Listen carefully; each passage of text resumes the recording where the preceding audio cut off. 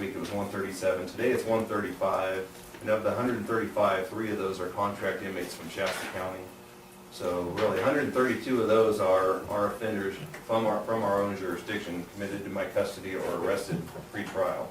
So anyone that's arrested in our county, whether it be from us, the police department, CHP, the feds, anyone that's arrested in our county gets booked at our jail.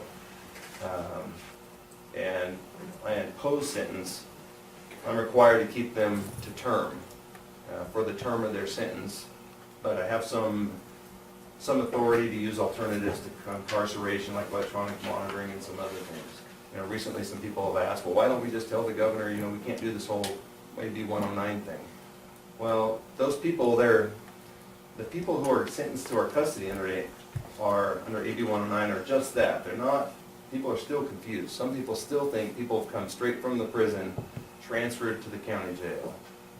That's not the case unless they commit a crime in the prison and get a new commitment to county jail. Most of the people we've gotten a realignment are our local offenders who committed a crime for which the sentence is no longer eligible, or they're not eligible to go to state prison on that sentence.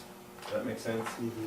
So they commit what used to be, what is a felony, it's still a felony, but based on the statute, they're no longer eligible for state prison. They're only eligible for a county jail sentence.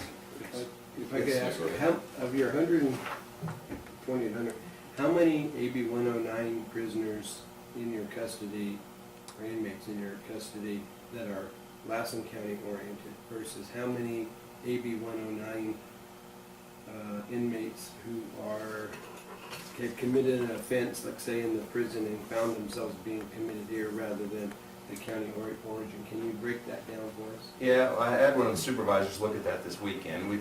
I want to confirm her numbers. Right now she's saying there are 5. 5 out of county versus? 5 people, yeah, 5 people who are in our custody on a long-term sentence because of the prison. Now, I don't know if she differentiated between those that committed the crimes in prison and those that, you know, a lot of times we get female visitors bringing drugs in. We had one come into jail over the weekend.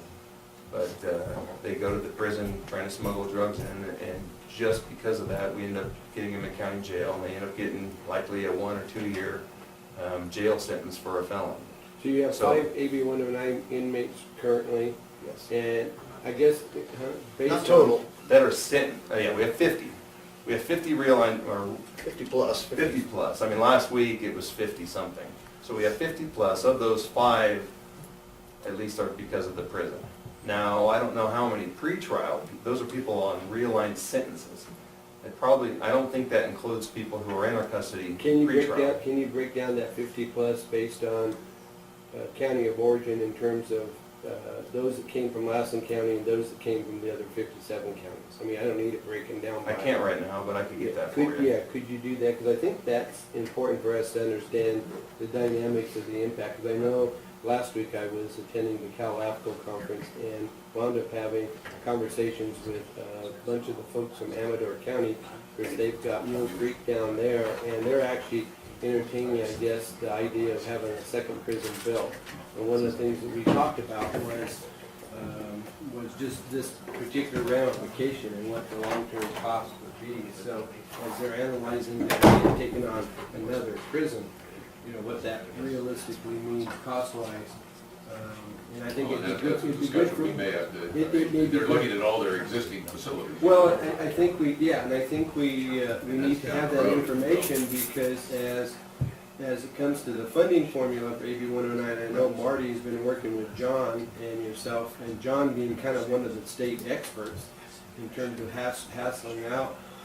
It's become very clear that the rural areas are at a disadvantage to the urban areas, and it's also very clear that in the rural areas, those rural counties that have state prisons, Del Norte, Lassen, Amador, you know, whoever, are feeling a bigger brunt of the disparity that is existing in terms of the funding formulas. And that's something that we need to go to the governor about. We need to go to Brian Dolly and the legislators and say, hey, look, you know. And I think when it comes to the governor trying to cite some additional facilities, is he's apparently pushing to get $350 million out of the legislature so we can expand the capacity to try to deal with that 10,000 number the Supreme Court tells them about.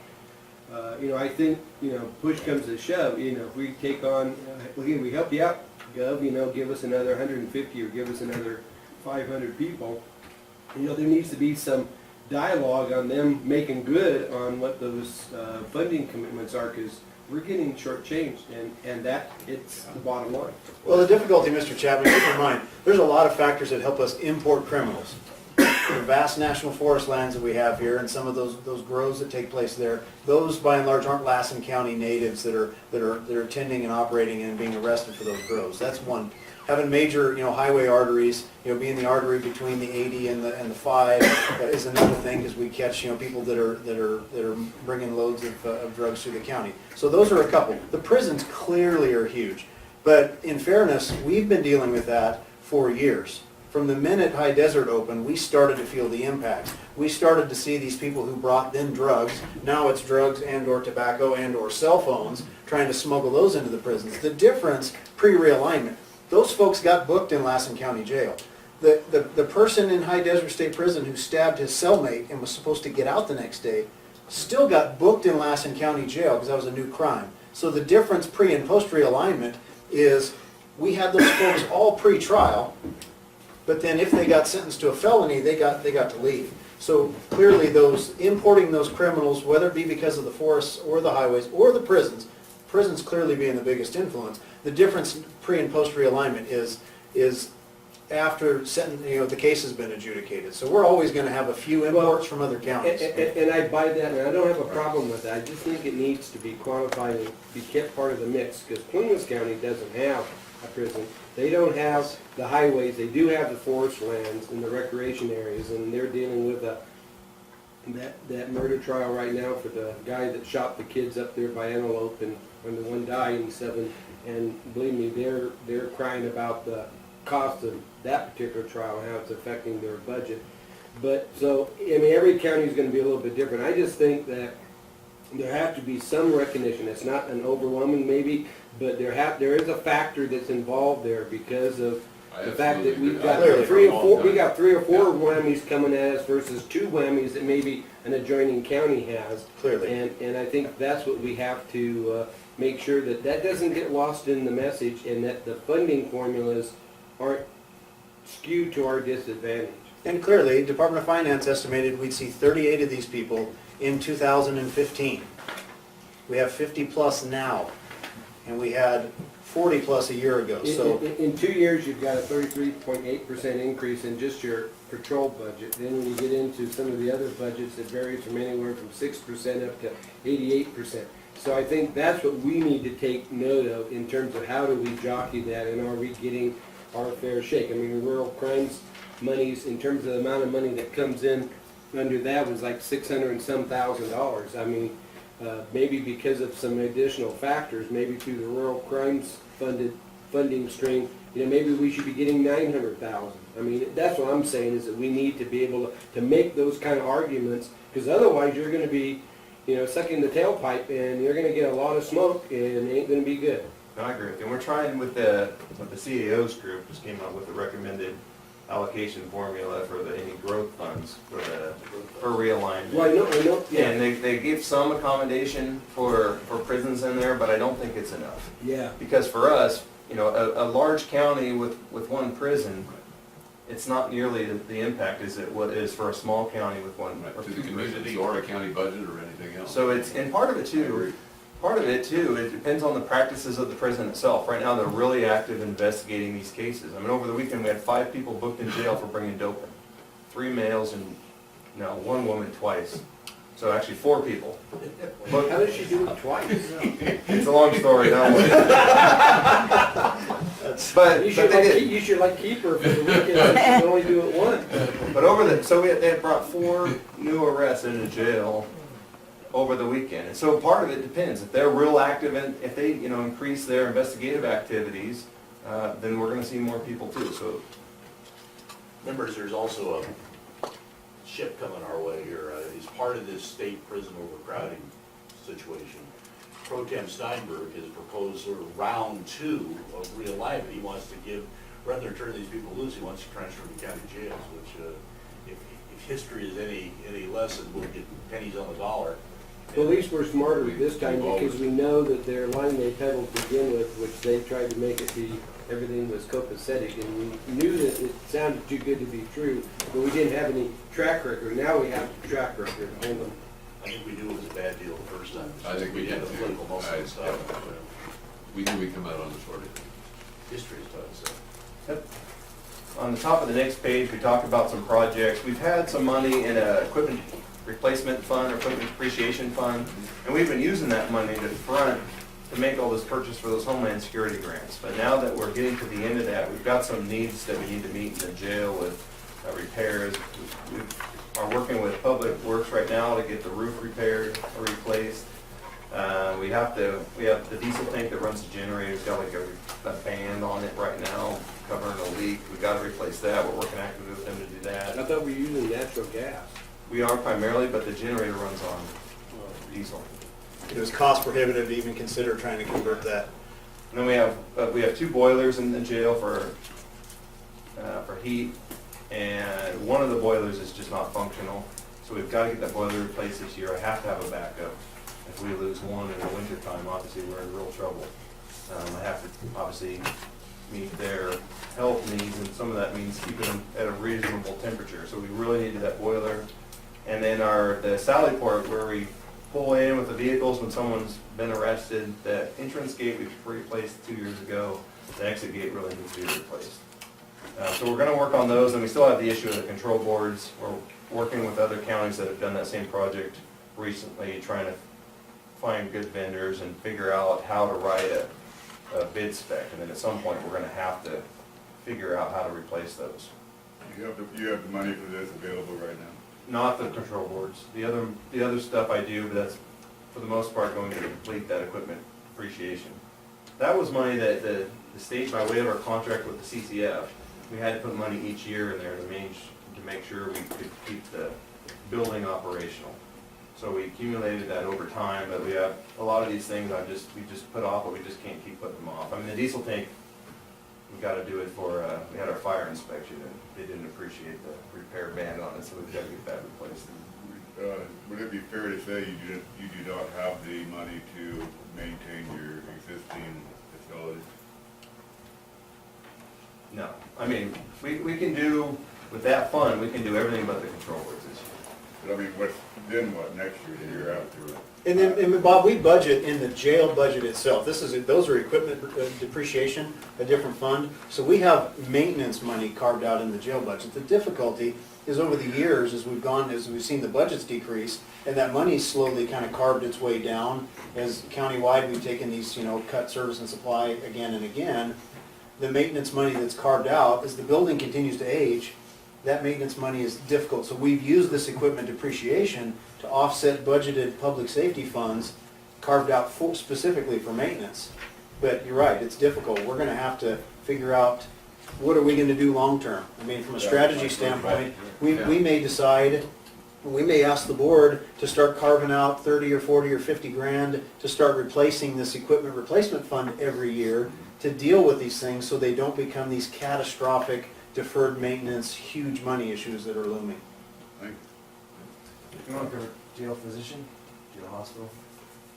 Sure, so jail, physician, and hospital, as you know, we contract with Dr. Meadows, either he or one of his associates, a nurse practitioner or a PA, comes in every day to host sick call. They're in charge of all the medical for all of the inmates. One common misconception with that 0526 budget for jail physician, the funds in there don't just pay for Meadows. They also pay for the monthly prescription costs. So as we're working with Mel in her shop to figure out how we might have some partnership moving forward with public health to help us out with jail medical, it's commonly misconceived that we're paying Meadows that whole $176,000. We're not. He gets $5,400 a month from us, and that's a pittance compared to what some of our other partner counties are paying. The rest of that money actually goes to prescriptions. And then in the 528, that's the jail hospital. You're all very familiar with that. When inmates leave the building and go off-site for emergency treatment or specialized treatment or things of that nature, then that's what comes out of that 528 budget. Obviously, there's statutory authorities for all of that, gentlemen, that the penal code firmly slaps that right in the lap of the county, that under 4011, that those are all general fund expenses, and those are things that we can't dodge, and we have to meet those medical needs. The next one, equipment depreciation, I already covered that with a list of items above that we're going to pursue this year. Inmate welfare fund, that's a fund that the revenues come from the phone system. We make a profit from them using the phones in our facility. That's changing. They've already, the FCC came down with some new regulations related to intrastate, from state to state, but they're also accepting comments on interstate calls. So that revenue source is probably gonna go away before long. At one point, we had, a supervisor and a clerk paid out of that? Half a supervisor and half a clerk, but that was also, we were getting a lot of revenue from operating the CCF. When we lost the CCF revenue, we reduced it back to a half a clerk, and that's what we're continuing to do. We'd like to keep the funds there have to be in support of programs to support inmate programs, and the clerk coordinates, does commissary, which is, it's basically a store where they buy things from an inmate store. We make a little bit of profit on it. We have a clerk that works doing commissary on their behalf, and that's why we bill a half of her. And then every once in a while, we have something come up, we want to get some booklets or, something that benefits the inmates, we use those funds. But we're hoping to carry a balance forward in there to help pay for the half clerk ongoing as his revenues drop. On the asset forfeiture, there's a couple little ones here I just want to cover. The asset forfeiture account, that's funds that are seized in enforcement activities, and they're not just us. It's us, the police department, CHP, and any of those asset forfeitures, the cases go to the DA, they can pursue the forfeiture itself, and then they go into that fund.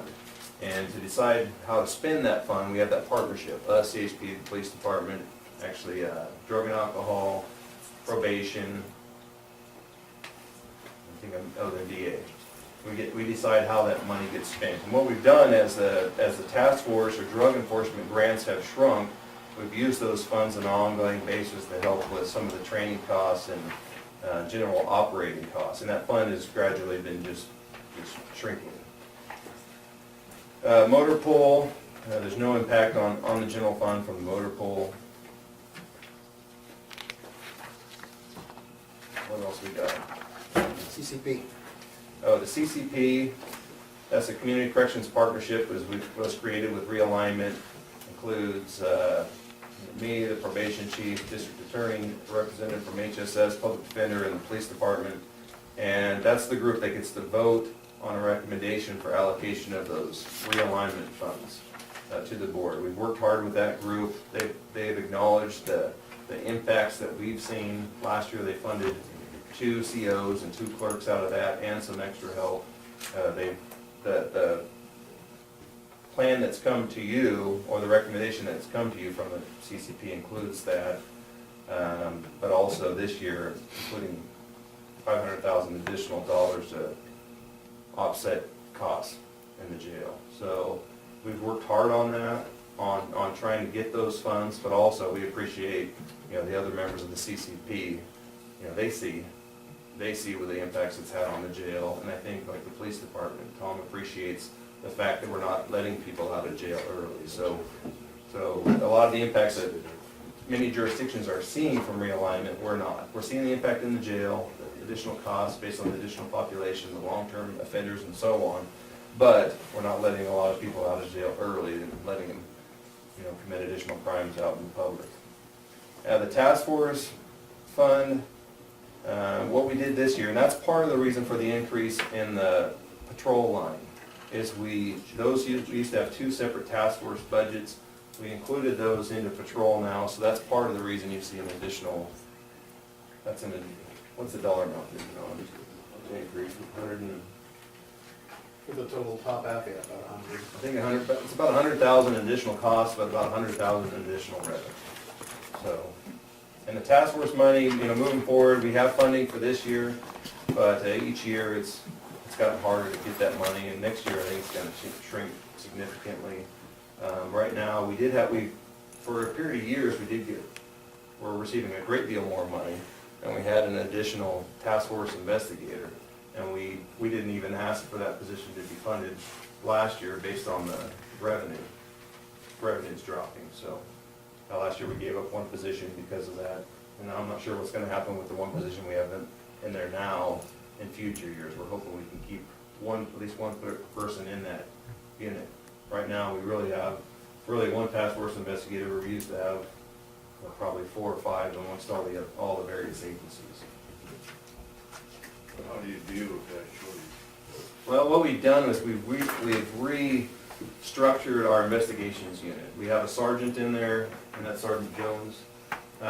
We have a detective who gets paid partially from some different grants that does crimes against persons. We have, what else? We have welfare. We have a contract with welfare to provide investigative services for them. That person's in that unit.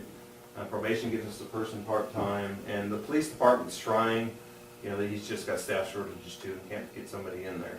So what we do with the people we have in that unit is, if something critical comes up, it's a serious crime against a person, we can send all 4 of those people to work on that. If it's a marijuana grow or a meth lab or some, sales case for methamphetamine, we can send that whole group out. But then when they're out busy with those things, they can all partner up too and go do welfare fraud or partner and do crimes against persons. It's worked really to all of our benefit, restructuring in that way. So it's more of a major crimes unit now than the traditional task force.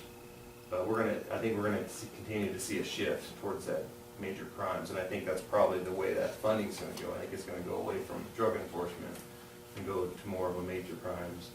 Because most of your serious crimes are tied to drugs anyways, so. On the patrol, did we discuss the patrol very much? We're gonna do that. So what we've done here, gentlemen, is all the budgets we just touched on in the narrative. Yep. These are excerpts right out of your book, right off of your August 27 budget, Julie. So we didn't have to try and cross-reference your page to our page to make sure we were all talking about the same thing. So on patrol, I didn't cover that very well, but right now we have 2 deputies in Beaver. We have 1 at Eagle Lake. He's assigned to Eagle Lake, but it's hard to get someone that can live there. So he's assigned out of town. He drives up there each day. Unfortunately, those positions in North County, one of those deputies is going to be leaving within the next, either this month or January. We're not sure yet. Go to a different law enforcement agency. We're just waiting to figure out when the academy date is, and that's going to be a big hit to us because those guys, they live up there, they work up there, and it's really hard to get someone that we can assign up there that lives up there. We're recruiting a new person now that has gone through the testing process. He says he's willing to work there. I just don't know. We'll have to determine if he's a good fit for that area before we look towards assigning him. But that's going to be a big hit to us. We have 2 assigned to South County. Years ago, we had 3. We have 2 assigned to Westwood. We used to have 3 there also. Of those, though, I think we have 2 deputies in Westwood. We have a deputy in training right now, going through field training, who lives in Westwood. So in the near future, we'll have 2 deputies who live in Westwood who are going to be working in Westwood. Right now, one of them lives in Chester, which causes us issues just because he's not immediately available to the people for call out. So we'll have 2 deputies that live in Westwood soon, and we have a sergeant who lives in Westwood. Yeah, South County, we have 2 deputies, but we do have the benefit of having John Bull, who lives down there, but neither of the resident deputies really live down there, and that's a hardship for us right now too. We have 9 currently assigned at Honey Lake Valley. I'm sorry. I just had a question while you go on the Fund 111, the contract. Okay. In your summary, it shows there's no impact on the public safety or general funds. It's funded by the Department of Road and Waterways, etc. But what's been the main? I see it's grown quite a bit from the 10 and 11 year. It says it was 108,000, and now the department request for this year says 310,000. That's what we talked about, Larry. We used to just keep that residual fund balance that built up over years. So some of that we used to keep on the sidelines. And then if we had something major happen, if we had a boat break or something that cost a lot of money, we'd have to come back and try and get a partial or an increased appropriation approved by the board sometime mid-year.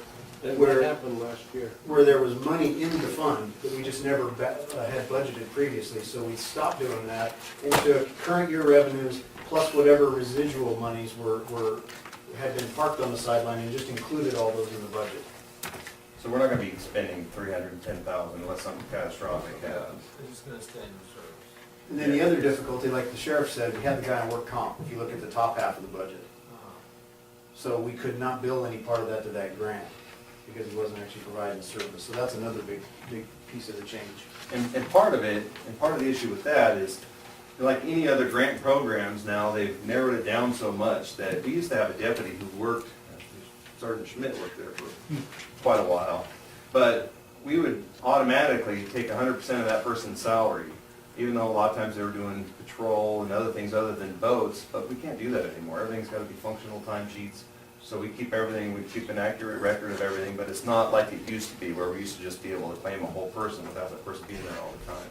And one of the difficulties we're having now is we went from having multiple extra help deputies, right now really only have one that really works actively, other than, we got Sanford up at Blue Lake and then Kim McCormick on Eagle Lake. You know, we used to have, you know, Trussell, Dave Alcorn, a whole range of guys that we could assign up there, get more hours of coverage on the lakes and be able to bill more hours. Now we don't have that, so now we're trying to do it with a part-time guy and a full-time guy who's operating between Spalding and, you know, doing the patrol Lake's smaller stuff. It is smaller. And a touch more dangerous. The buoys keep getting closer together, yeah. So some of that is fund balance, and oftentimes when we experience something, you know, a mechanical failure with the boat, sometimes we can get the boating waterways to pay for those, and sometimes we can't. You know, and also, boating waterways won't help us with vehicles. They'll pay, I think, mileage to and from the lake, but they won't help us buy vehicles. We've used that in the past couple of years to buy a couple decent tow vehicles, because those boats are big, and we were towing them with, at one point, we had a guy towing with a Durango, which just didn't work, so that's been a benefit to us, having that fund balance for things that come up, or just meeting some of those needs. Yeah, thanks. So now, I guess, if you guys want, we can look at, I know we're running up on time, but we can start looking at the budgets individually. And really, it's a pleasure of the board here. We can go through these in as much detail or as little detail as you like. We can start and just say Fund 111 has no impact on public or general funds. Do you have any questions? Well, we're certainly not gonna gavel you at 11 o'clock, Dean, so Okay. don't hesitate to go. And then 125, trial court funding, unless there's any questions, that one we covered pretty in depth, fairly basic. Now, Sheriff's Patrol, or the 0522.